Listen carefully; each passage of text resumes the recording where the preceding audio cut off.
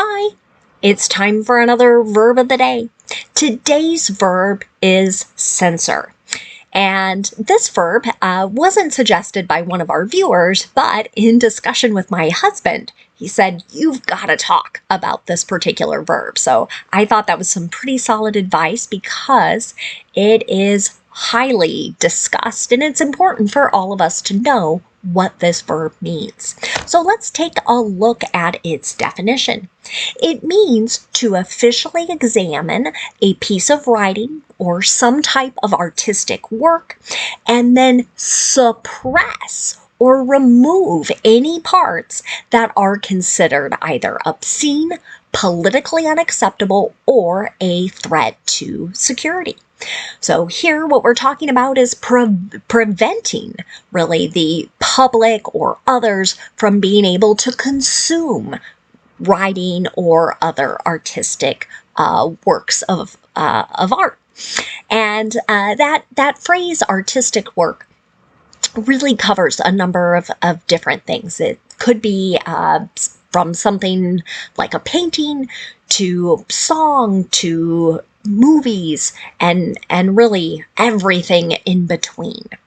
And I realize the word suppress might be one we're not used to hearing a lot, but it's sort of like preventing it from being widely consumed. Or, again, as the definition here suggests, maybe removing a bit or a piece of it. So I thought about this verb and I thought about my experiences with it. And one memory I have is my brother and I being really young, and we were starting to be interested in other kinds of movies, but our parents many times wanted to watch with us to make sure we weren't consuming something they considered obscene. And if they found something to be maybe not so appropriate for our age, they would fast forward, this is back in the day of VHS tapes, through it, right? So they were kind of removing that piece so we could not see or consume it. That's one example of it, but we're going to be talking about this a little bit later as it's being used today. For now, you should know that censor is a regular verb. We can just add ing to form the progressive, which is censoring. Or if we want to make a past tense or participle form of the verb, then we're going to add ed. Our base verb, censor, ends in a voiced R sound. That means when we add the ed ending, we're just going to make a D sound. We're not going to add an extra syllable when we say it. So the past tense and the participle form of the verb should sound like this. Censored. Censored. Okay. Now, I do have a single phrasal verb for us to look at, and you might encounter the phrasal verb censor out being used.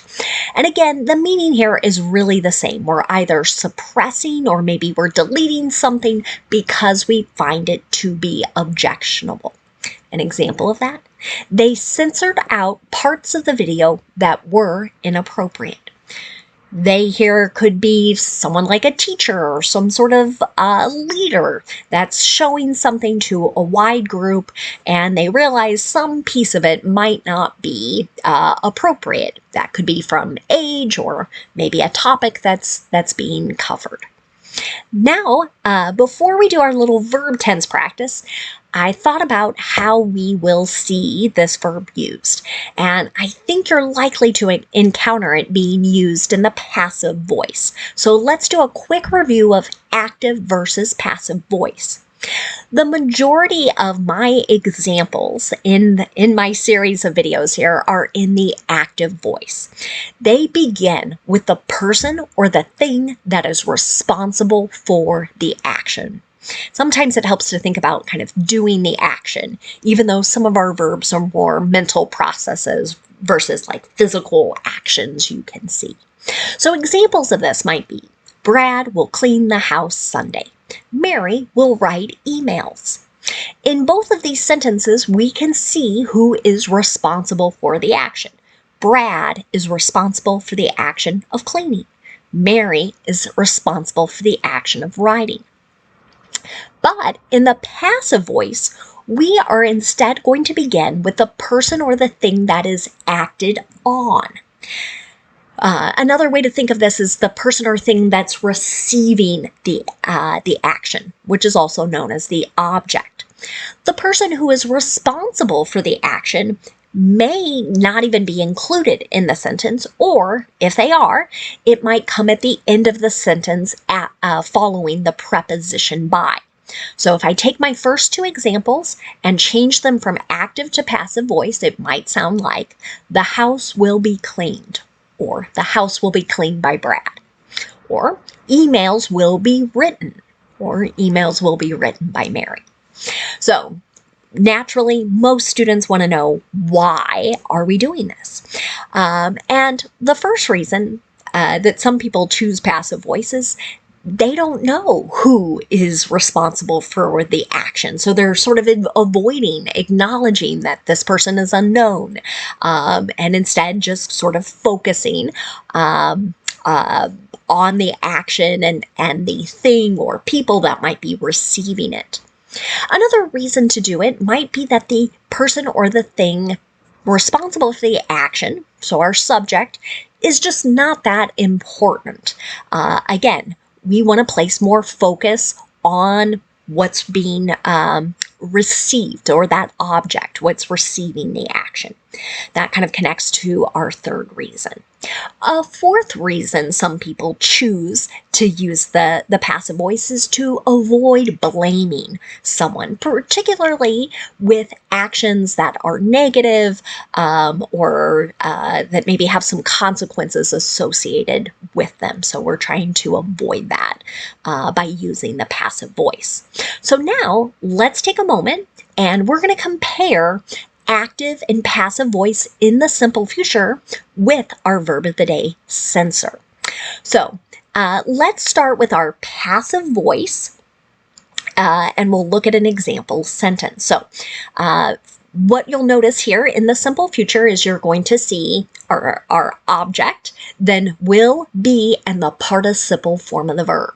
That's how we're forming passive voice here. So an example, topics that are seen as sensitive to China will be censored on the AI platform. So this might be an example of not wanting to take responsibility, or not wanting to perhaps anger a government that many times is responsible for limiting what can be communicated. So that's that idea of suppressing or rejecting topics. So in this sentence, again, we don't know who's responsible for this particular action, but this is a real example. So various chatbots and different things that are utilized in China will avoid the topic of Tiananmen Square in 1989. Just kind of like, we're not going to talk about it, right? We're suppressing any discussion of that, preventing that from happening. That's a perfect use of our verb censor. Now, if we were going to write that sentence in the active voice, we might say, the AI platform will censor topics that are seen as sensitive to China. So here, now the company is being held responsible, or at least readers can understand who is responsible. Now, some might say, this really isn't the platform's choice. They're doing it just so they can offer or sell their product in this particular country. Now let's look at a negative simple future sentence. Again, we'll be using will not, or the contraction won't, and then be, and then our ed form of our verb here, our participle form. So an example of this: books in the school library won't be censored. So this might be the promise a principal or a school board is making to various groups of parents. However, they also might be a little nervous about taking responsibility for that particular action. So they they might want to sort of avoid saying, like, this is my decision or my choice, right? Like, this is kind of a broad, this is our policy. So this sentence would sound a little bit different in the simple future. Here, maybe the school board is speaking as one. We won't censor books in the school library. This is a really big topic and has been discussed and debated and voted on in many recent matters in local government particularly. It's the idea of controlling what books a school can have for students to check out, and there's lots and lots of debate about this. Now, let's look at making yes or no questions in the simple future. To do this in the passive voice, we're going to start with will, then we'll have that object, and then we're going to see be, and then our participle form of the verb. My question is what really motivated the choice of our verb here. Will other comedians be censored? So in the last week in the United States, there has been a great deal of discussion about a particular comedian that has been removed from the airways. And there's debate about who is responsible for this, but at least one head of a government agency seems to be taking some responsibility for removing this comedian. And this is very scary and upsetting for a lot of people because they wonder what the consequences will be to others who speak in a similar manner or share similar political views as the comedian that has been affected. Now, if we want to look at this in active voice, it would sound like this. Will the government censor other comedians?